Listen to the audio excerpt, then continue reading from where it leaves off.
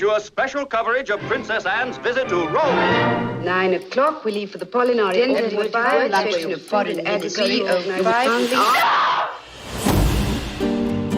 Have you searched the grounds? Every inch, sir, from the attics to the cellar.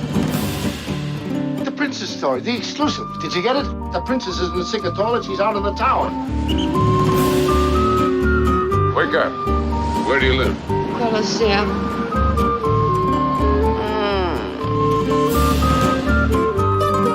It's perfect. Oh, Why don't you take a little time for yourself? I could do some of the things I've always wanted to.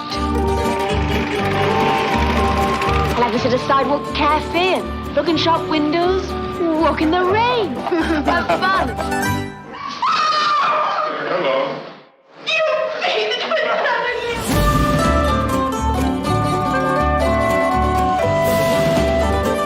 Have I been here all night alone? If you don't count me, yes.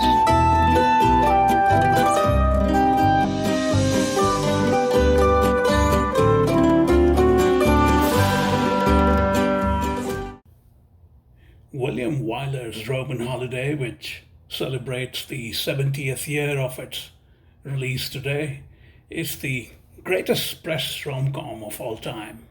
And this is coming from a fully unromantic journalist, me. I have watched Roman Holiday randomly for decades now. I start from anywhere, watch a bit, and then get on with what I'm doing, which is not that different from Gregory Peck's Joe Bradley in the movie.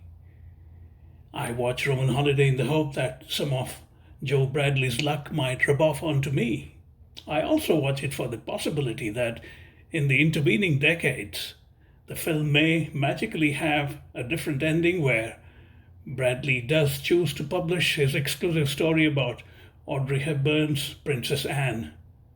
I'm watching the movie again right now, even while recording the special, perhaps my 600th time, give or take 550.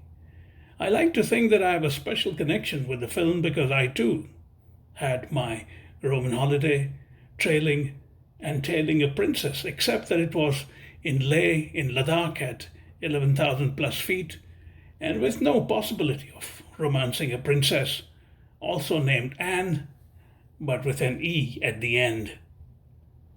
I'm yet to find any parallels in my own professional life with Roman Holiday.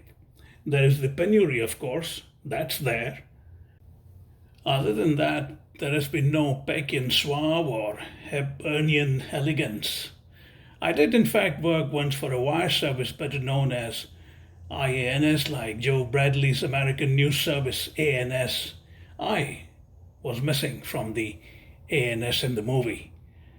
I have often wondered about what if movies were organic in the sense that over a period of time they changed their plots on their own, evolved into something that their makers did not intend. What if they were intelligent enough to change their storylines from time to time? That's of course a separate subject for some other time.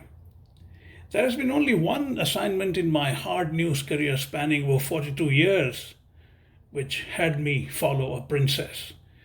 It was Princess Anne, the only daughter of Queen Elizabeth and Prince Philip, and sister of King Charles. I use these useless honorifics purely as identifiers. Anne was visiting Leh in Ladakh region of India in the late 1980s, I think it was 1989, as a patron of Save the Children charity.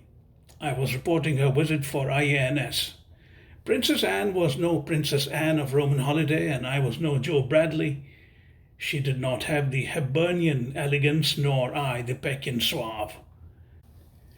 At the altitude of 3,524 meters or 11,562 feet, one does feel breathless, but it is not because of any feminine beauty in front of you like Audrey Hepburn, but because of the thin air.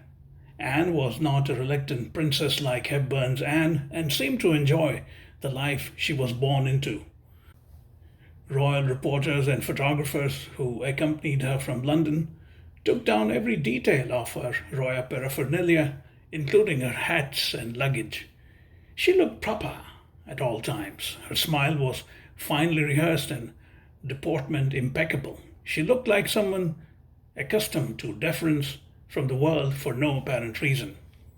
The thing with the movies about journalists and newspapers is that for those of us living that actual life for a living, the plot never quite unfolds the way it does on the big screen. For Anne, it was a sort of a holiday, and for me, an assignment. Unlike Bradley, I was not likely to miss any event because I was in a real life situation with the prospects of being fired for missing a story being very real. For Gregory Peck, Joe Bradley, it was just a movie assignment. Anne did not run away from the palace to experience a life free of regimental royal encumbrances, and I certainly did not promise my wire service any exclusives. There was none to be had other than talking about how charming her head boxes were.